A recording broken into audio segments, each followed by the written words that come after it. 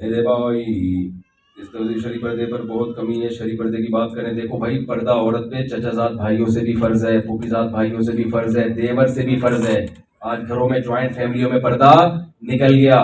دیکھو سکھوں میں اور دوسری قوموں میں ہوتا ہے کہ جب ایک بیوی آئی ہے تو پھر دیور کا بھی پردہ نہیں ہے اور جیٹھ کا بھی پردہ نہیں ہے, اور بہت سارے مذاہب میں ہوتا ہے. انگریزوں کے یہاں تو بیویاں آنا ہی ختم ہو گئی ہیں, وہ تو گرل فرینڈ بوائے فرینڈ کا سیٹ اپ ہے. اسلام میں یہ ہے کہ جس کی شادی ہوئی ہے صرف اسی کی ہے. بھائیوں کا بھابھی سے, بولو بھابھی کا اپنے دیوروں سے کیا ہے؟ پردہ. ہاں جوائنٹ فیملی میں یہ نہیں کہ سارا دن برقع پہن کے بیٹھی رہے, تھوڑی ریزرو رہے, ان کے سامنے آ کے نہ بیٹھے دیور کے سامنے. ہم اسلام کو فالو کرتے ہیں تو ہمیں شریعت کے اس حکم کو فالو کرنا پڑے گا. اچھا بھائی جلدی نمٹا دوں, پہلی شادی میں رکاوٹ ہے, دعائیں مانگے, وظیفے بتا دیں. بھائی میں وظیفے نہیں بتاتا, بس دعا کریں. ابا کو بار بار پرچی لکھ کے غیرت کے تانے دیا کریں. ابا کوئی بات بار بار نہ لکھ لیں. ابا آپ کا ابا آپ کو میرا ابا نہ بننے دیتا تو میں کسی اور, آپ بھی میرے ابا نہ بنتے تو لہٰذا جیسے آپ میرے ابا بن گئے تو مجھے بھی کسی کا ابا بننے دیں. یہ پورا پہاڑا لکھ کے پڑھتے پڑھتے نا ابا کا عجیب سی ہو جائیں گے. اچھا بھائی, یا ہمارے علاقے میں لوگ نماز جنازہ پڑھنے کے بعد ہاتھ اٹھا کے دعا مانگتے ہیں. بھائی یہ ثابت نہیں ہے. نماز جنازہ خود ایک دعا ہے, نبی سے کوئی ضعیف حدیث میں بھی ثابت نہیں کہ جنازے کے بعد پھر دوبارہ سے دعا مانگی گئی ہے. اچھا بھائی, ورک شاپ والے جو گاڑیوں سے کباڑ نکالتے ہیں اس پر کیا حلال ہے؟ بھائی اگر چھوٹا موٹا ہے جس میں مالک کی طرف سے اجازت ہے تو ٹھیک ہے. اگر کوئی بڑی چیز ہے جو مالک کی طرف سے پھر پرمیشن کے بغیر, وہ جائز نہیں ہے. شادی کے لیے کتنی عمر ہونی چاہیے؟ اصل تو 15 سال لڑکی کی 13 سال, لڑکے کی 15 سال. معذرت کے ساتھ آپ لوگ کو بہت غصہ آئے گا یہ سن کے, لیکن اس پر قرآن و سنت کے دلائل ہیں. باقی پھر لڑکی کی 13 سال عمر ہے, لیکن بشرطے کہ اس کے جوڑ کا اس کو رشتہ مل جائے. ایسا نہ ہو خطرناک قسم کا اسرائیل جیسا سسرال مل گیا, اس بچی کو بیڑا غرق کر دے, وہ پھر جائز نہیں ہے. پہنچتے بس یہ مکمل کرو آپ کو جلدی ہو. اچھا بھائی, پب جی گیم کھیلنا ٹائم ویسٹنگ ہے. میرے بھائی ہمیں ایسا کیا کرنا چاہیے کہ اللہ ہم سے دین کا کام لیں. خوب دعائیں مانگا کریں اللہ سے. طلبہ جو ہے نا بہت دعائیں مانگا کریں, اللہ اخلاص عافیت قوت ہمت کے ساتھ تو ہم سے دین کا کام لے لے. تو جب آپ دعائیں مانگیں گے انشاءاللہ اللہ آپ سے کام لے گا. استاد جی میں قرآن مجید کا حافظ ہوں اور میٹرک کروانے خراب ہے کروانے فوج میں بھیجنا چاہتے ہیں تو کیا کروں؟ عالم بننے کے بعد فوج میں جاؤ تاکہ فوج میں اچھے لوگ جائیں, فوج میں بھی تبدیلی آئے گی. کیا خیال ہے؟ اچھے لوگوں کو چاہیے بیوروکریسی میں جائیں, فوج میں جائیں تو اچھا آپ تو زیادہ کام کر لیں گے فوج میں جا کے. عالم بننے کے بعد اگر جائیں گے, نکاح کی ترغیب دی ماشاء اللہ, لیکن نکاح کو مشکل بنانے والی چیزیں جہیز وغیرہ کے بارے میں بھائی بتا دیا. جہیز ویسے فضول چیزیں یار, جیسے نبی نے ایسے نکاح کر دیا, نکاح کرو تمہاری بیگم میں لے جاؤ. کیا خیال ہے؟ تو اگر باپ زندہ ہے تو زمین میں بیٹے اور بیٹی کو برابر حصہ ملے گا. دیکھو باپ اگر زندہ ہے اور اپنی زندگی میں جائیداد تقسیم کرنا چاہ رہے ہیں تو شریعت کا اصل حکم یہ ہے کہ سب میں برابری. گفٹ میں کیا کریں؟ بیٹا بیٹی کو برابر دے.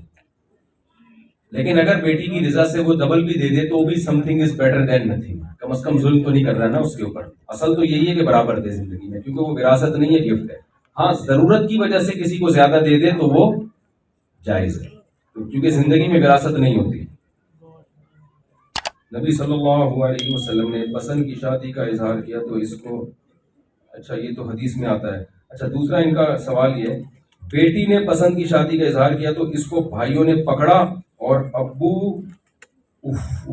نے اس کو فائرنگ کر کے قتل کر دیا. پتہ نہیں ہے صحیح واقعہ ہے یا جھوٹا ہے, بہرحال اگر ہے تو بہت ہی ظلم ہے.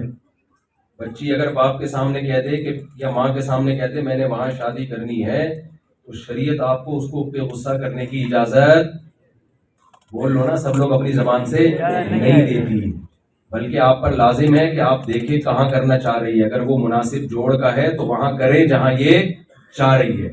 اس میں آپ اس کو غیرت کا مسئلہ نہ بنائیں, گناہ ملے گا. حدیث کا مفہوم ہے نظر انسان کو قبر میں اور اونٹ کو ہانڈی میں پہنچا دیتی ہے. آپ نے کہا نظر کچھ نہیں. میں نے یہ ہرگز نہیں کہا کہ نظر کچھ نہیں ہے. میں نے کہا نظر بد برحق ہے, لگتی ہے, اور یہ حدیثوں کو میں مانتا ہوں. میں کون ہوتا ہوں حدیث کا انکار کرنے والا؟ لیکن کس کو لگے گی؟ میں تو بات کر رہا ہوں رکشے پہ چپل لٹکائی ہوئی ہے, بچے کی ناک بہ رہی ہے, اندھیرے میں نظر ہی نہیں آ رہا, اتنا بلیک ہے. لائٹ جاتی ہے تو بچہ کے کپڑے نظر آ رہے ہوتے ہیں, بچہ نظر, اس کے لیے مائیں پتہ نہیں کیا کیا کر رہی ہوتی ہے, نظر لگ گئی ہے. بھائی علاج کراؤ اس کو, کوئی زکام ہو گیا, ناک بہ رہی ہے اس کی, ٹھیک ہے نا.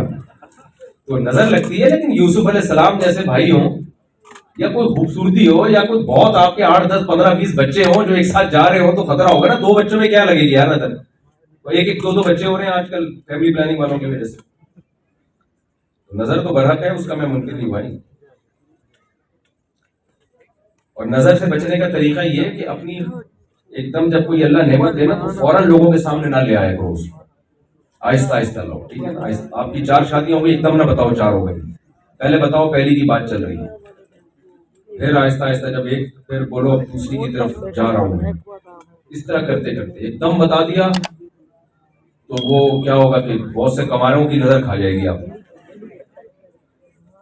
اچھا بھائی، فتنہ دجال اور فتنہ ہے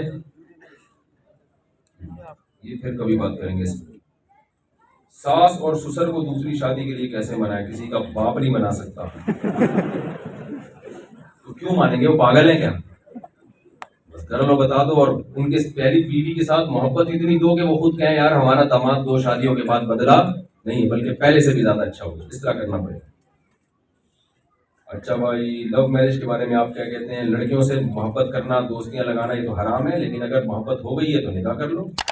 وہ تو میں نے حدیث بتائی، 2 محبت کرنے والوں میں نکاح سے بہتر کوئی چیز نہیں ہے. لیکن اب ایسا نہیں ہو کہ جان جان کر تلاش کرو کس سے محبت کرنی ہے میں نے، یہ حرام ہو جائے گا. ایک ہے کوئی کام کا ہو جانا، ایک ہے باقاعدہ نیت کر کے کرنا. دونوں میں بڑا فرق ہے. بعض دفعہ میت پہ کوئی پسند آ جاتی ہے. ہمارے ایک دوست تھے، ان کی شادی ہوئی. میں نے کہا تمہیں یہ رشتہ کہاں سے ملا؟ کہہ رہے یہ بھی آئی نہیں تھی میت پہ رونے کے لیے، میں بھی آیا ہوا تھا. جنازے پہ روتے روتے آنکھ مٹکا ہوا ہے. ایسے حالات ہیں دیکھو پاکستان کے. جنازے پہ رو رہے ہیں اور آپس میں آنکھ مٹکا. نظر پڑ گئی، اس کی بھی نظر پڑ گئی، سیٹنگ میٹنگ وہی جنازے پہ ہوئی ہے کہ جنازہ دفن ہو جائے اس کے بعد ملو. تو پھر بات چیت ہوئی اور اللہ کا شکر ہے شریف لوگ تھے. فوراً لڑکے نے پیغام بھیج دیا، لڑکی والوں نے قبول کر لیا. آج ماشاءاللہ ان کے بچے الحمدللہ. اب اگلے جنازے کا انتظار کر رہے ہو.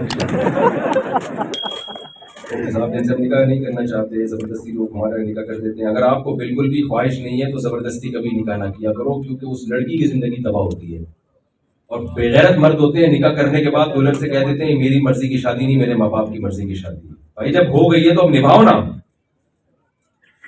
تو یہ اگر تمہاری بیوی تمہیں یہ کہتے ہیں کہ میری مرضی کی نہیں ہے، میرے ماں باپ کی مرضی کی، تمہارے دل پہ آرے نہیں چلیں گے. تو یا تو نبھاؤ یا کرو ہی نہیں. ابا سے بولو بھائی میں نے نہیں سمجھ میں آ رہا ابا، مجھے کوفتے پسند ہی نہیں ہے، تو مجھے کیوں کھلا رہا ہے؟ میں چبلی کباب نہیں کھاتا، ٹھیک ہے نا، مجھے الٹی ہو جاتی ہے. کھانے میں بھی ابا زبردستی تھوڑی کھلاتے ہیں. ابا مجھے کوفتے کب پسند ہے تو مجھے چبلی کباب کھلا رہا ہے زبردستی. تو یہ ہر آدمی کو نہیں ایک چیز پسند ہوتی، تو زبردستی نہیں کرنی چاہیے. اور اگر کر لی ہے تو پھر اس کو نبھاؤ. بولو کوئی بات نہیں، جو مقدر میں تھا مجھے مل گیا ہے. اور یہ سوچا کرو اللہ کے علم میں اس سے بہتر میرے لیے کوئی نہیں تھی. عزتدار آدمی، خاندانی آدمی اپنی بیوی سے محبت کرتا ہے. غیرت لس آدمی اس کو یہ تانے دیتا ہے کہ تو میرے ابا کی پسند ہے، میری پسند نہیں ہے. یہ بغیرت لوگوں کا کام ہے. اچھا بھائی جلدی اس کو نمٹانا ہے اور دیر ہو رہی ہے. میں احتساب جو لوگ پیچھے کھڑے ہوئے ہیں ان کو آپ بولیں کہ بیٹھ جائیں. ڈاکٹر ذاکر نائک کے بارے میں آپ کیا کہتے ہیں؟ ساری دنیا تعریفیں کرتی ہے، لاکھوں لوگ مسلمان ہو گئے ڈاکٹر صاحب کے ہاتھ پہ. قبرستان میں عورتوں کا جانا جائز ہے؟ بھائی مرد بھی جائیں گے قبرستان، عورتیں بھی جائیں گی، سارے وہیں دفن ہوں گے. اگر عورتوں کا قبرستان میں جانا جائز نہ ہوتا تو قیامت تک زندہ رہتی نا وہ. پھر کیا خیال ہے؟ عورتوں کے لیے مناسب نہیں ہے قبرستان میں جانا. وہ آپ لوگ کی ریفریشمنٹ کے لیے ایک چٹکلا سناتا ہوں. وہ قبرستان سے یاد آیا، میں کراچی ایئرپورٹ پہ تھا تو سیکیورٹی آفیسر ملنے کے لیے آئے. میرا کلپ سن کے ہنس رہے تھے. وہ مجھے دیکھ کے اتنا خوش ہوئے، مجھے بٹھایا، کمرے میں لے گئے، چائے پلائی، پھول وول لگے ہوئے ان کے. بڑے آفیسر تھے. وہ کہہ رہے ہیں یار میرا دماغ سیٹ ہو گیا آپ کا کلپ سن کے، اتنا مجھے ڈپریشن ختم ہو گئی. پھر میرے لیے چائے، میں نے کہا کیا کہہ رہے؟ وہ کلپ لگایا کہ قاری صاحب بیمار نہیں ہوتے تھے. اچھا یہ میرے خیال ہے سوالات بہت زیادہ ہو گئے ہیں، مجھے دیر بہت ہو رہی ہے. بس یہ آخری میں کر کے نا بس جزاک اللہ. بس یہ واقعہ سنا کے میں جا رہا ہوں. دعا مولوی صاحب کرائیں گے انشاءاللہ. ہاں پروگرام جاری ہے، آپ لوگ کو اٹھنے کی اجازت نہیں ہے. تو قاری صاحب تھے، ان کی وہ کبھی چھٹی نہیں کرتے تھے، بیمار نہیں ہوتے تھے. تو طلبہ نے پروگرام بنایا، ایک طالب علم نے کہا کہ میں ان کو بیمار کرتا ہوں. قاری صاحب کی عادت تھی قبرستان سے گزرتے ہوئے زور سے کہتے السلام علیکم یا اہل القبور. سمجھ میں آ رہی ہے بات؟ تو قاری صاحب کا نام تھا قاری عبد الغفور. تو ایک بچہ قبر کے پیچھے رات کو چھپ کے بیٹھ گیا.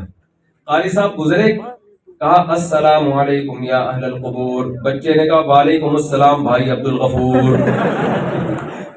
قبر سے آواز آئی نا، قاری صاحب بے ہوش ہو گئے، اگلے دن مدرسے کی چھٹی۔ ایسے ہوتے ہیں بچے۔ اللہ تعالیٰ سمجھنے کی، عمل کی توفیق عطا فرمائے۔ جو باتیں کہیں ہم سب کو اس پر عمل کی توفیق عطا فرمائے۔